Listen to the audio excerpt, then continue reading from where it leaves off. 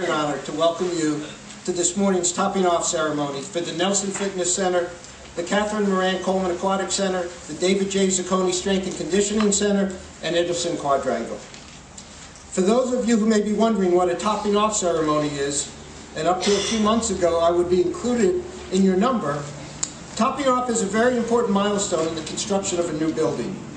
It's the placing of the final piece of steel into position, which clearly says the project is moving into its final stages of construction.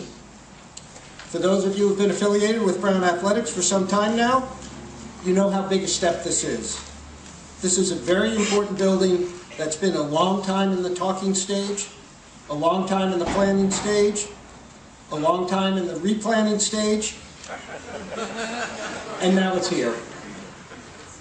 It did take us a while to get moving, a few starts, a few stops, the unanticipated loss of the Smith Swim Center along the way, but this topping off ceremony shows that our progress is undeniable. We're in the final stretch now, 1 year to go, and we'll transform Brown in several very important ways. We'll have a state-of-the-art fitness center for our community. No longer will our cardio equipment be in the hallway or in the corner of our gym. Now we'll have rooms dedicated for fitness, equipment that will help us all work towards better health, and an environment that encourages.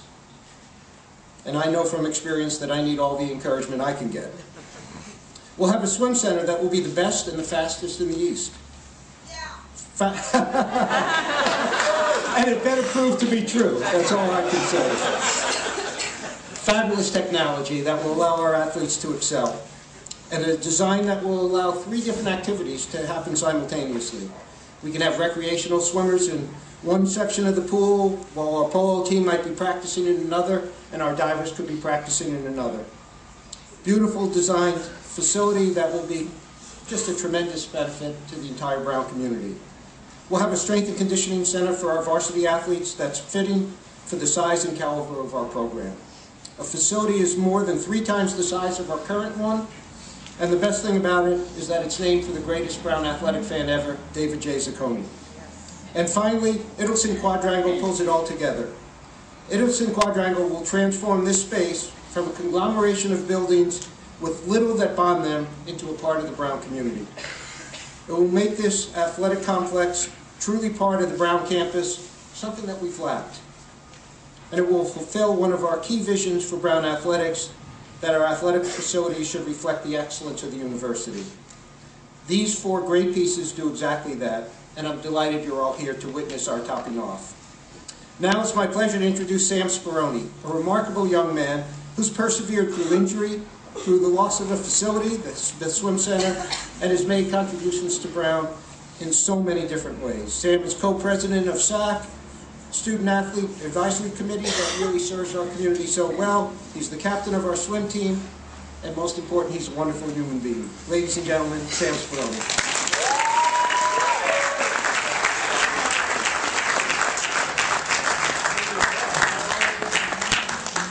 Morning, everyone. This new building and all it will do is going to become one of our finest recruiting assets, not just for our varsity teams, but for the entire university, students, and faculty.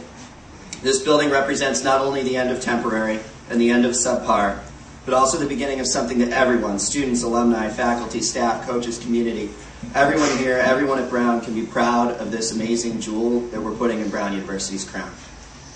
Thank you all very much. I now have the privilege of welcoming someone who in these parts needs no drawn-out introduction, President Bruce Simmons. I never really cease to be amazed at what these joint projects can accomplish at Brown.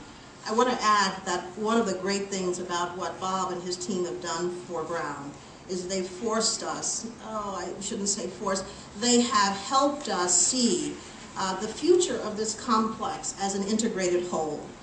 One day on this campus we're going to have an athletic complex with a beautiful quadrangle and with buildings around that quadrangle that is as good as any place on campus. And we are planning ahead for that. As I say, in terms of a design approach, we've been helped by by Bob's team to think in terms not of one building, but in terms of eventually all of the spaces here. So I'm very happy about that. I'm told that topping off ceremony has a long history in the construction industry. Some say dating back to the 8th century Scandinavia. This feels just right on a day like today when we're still wearing coats. It marks the moment in construction when the highest structural point is reached. Before hoisting the final beam in place, we sign it, drape it in flags, and attach a small evergreen tree. Back in Scandinavia, this ceremony had something to do with appeasing the gods. Today, it is more about celebrating a job well done. There's a lot more work to do, of course, but the hard part in many ways is over. We can now see the shape of this wonderful building. We've reached this point thanks to the leadership, generosity, and hard work of everyone here and many others who could not be with us today. I want to start by recognizing the superb effort of our construction team. Under the leadership of Shawmut Design and Construction, I understand they're going to reduce their costs because they're so satisfied with us as a client. These workers have done a wonderful job so far, and we look forward to celebrating the project's completion with them. I also want to thank those who had a hand in the project from the very start. Of course, Mike Goldberger, Kevin Munt, and Chancellor Tom Tisch helped make the case for a comprehensive athletic facility as part of the plan for academic enrichment. Members of the corporation and the Brown University Sports Foundation, especially Art Joukowsky and Ken O'Keefe, wholeheartedly supported the idea and lent the project their considerable support. But this beautiful complex, rising today, would not be possible but for the generosity of countless alumni, parents, and friends. This project is entirely donor-funded.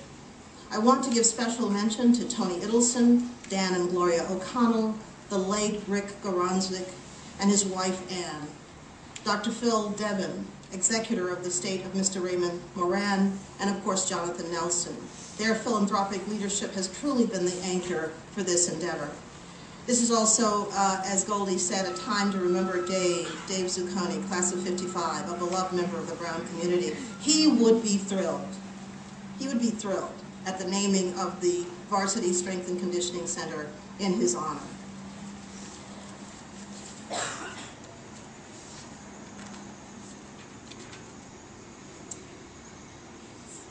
As these facilities take shape, we recognize that they play a part not only in the Brown community, but within the city of Providence and the state of Rhode Island as a whole. The university is pleased to be creating meaningful jobs here, particularly as part of the Building Futures program. Now, you know, I just had breakfast with the mayor this morning, and I was able to talk about the jobs that we provide for this economy. It's never really enough, given the needs of the city, but I dare say I can't think of anything more important to how we relate to our city and state than to continue to protect jobs that we're providing for this area.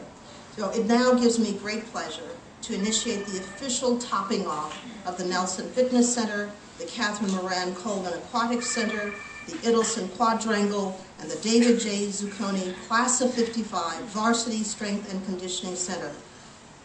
Oh, I get to say this. Let's lift the beam.